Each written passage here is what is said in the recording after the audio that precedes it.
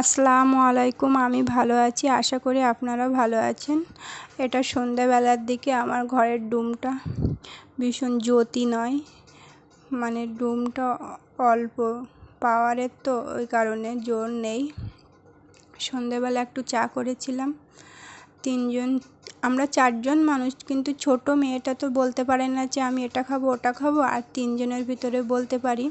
ওই জন্য একজন বলছে চা খাবো, চা করে দিলাম, আর একজন বলছে আমাকে একটা পিঠা করে দাও, চিনি দিয়ে চাবড়া বলে যেটা, ওটা করে দাও, সেটা করে দিলাম।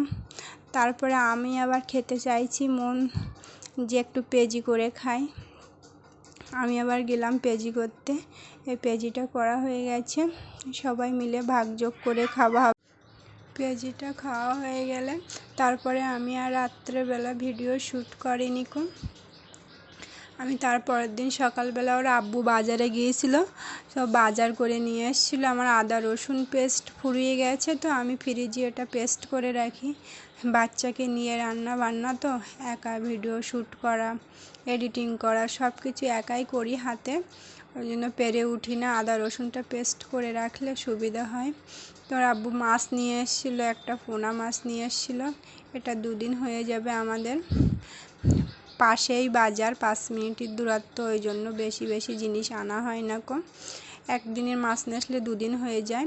পটল আর কলা নিয়ে এসেছিলো। আমি মাছটা বেছে কুটে তারপরে এই একটা ইট নিয়ে মাছটা ডলছি ভালো করে। সাদা হয়ে গেছে মাছটা, বেছে কুটে রেখে দেবো। হাতে পায়ে সাবান দিয়ে এসেছি। তারপরে ওর আব্বু বিস্কুট নিয়ে এসেছিলো, সেই বিস্কুটটা কোটোর ভিতরে রাখবো। আর মুড়ি নিয়ে এসেছিলো, সেটা রেখে দেবো। এরপরে সকালে তো বেশি কাজের চাপ থাকে। আমার বড় মেয়েটা স্কুলের গুছিয়ে দিতে হয়, ওকে গোসল করিয়ে মাথা টাথা মুছিয়ে সমস্ত কিছু ব্যাগপত্র, টিফিনের নাস্তা, এই সকালে এই টাইমটায় ভীষণ কাজের চাপ থাকে, পেরে উঠি না একা। ওর আব্বু হাতে হাতে কিছু করে দেয়।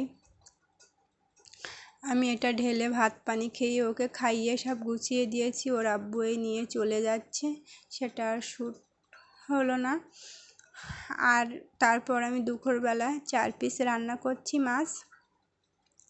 এখানে নুন হলদি জাল দিয়ে নিতে হয় আমাদের, আর নইলে বলে যে মাছের ভিতরে নুন যায়নি। তো এই নুন হলদি দিয়ে আমি জাল দিয়ে নিচ্ছি মাছটা, তারপরে ভাজা করে কলা দিয়ে রান্না করব।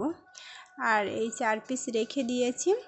এই 4 পিস মাছের এখানে বন্ধুরা একটা টিপস বলি আপনাদের। এই যে লবণটা হাতে দেখছেন, এটা লবণ মাছে মেখে রেখে দিলে না বরফ থেকে সহজেই ছাড়িয়ে যায়। ফ্রিজ থেকে যে বরফটা থাকে ওটা আর থাকে না। আমার কথাটা বন্ধুরা খুব ভার লাগছে, সর্দি কাশি হয়েছে, তো ওই জন্য গলাটা বসে গেছে।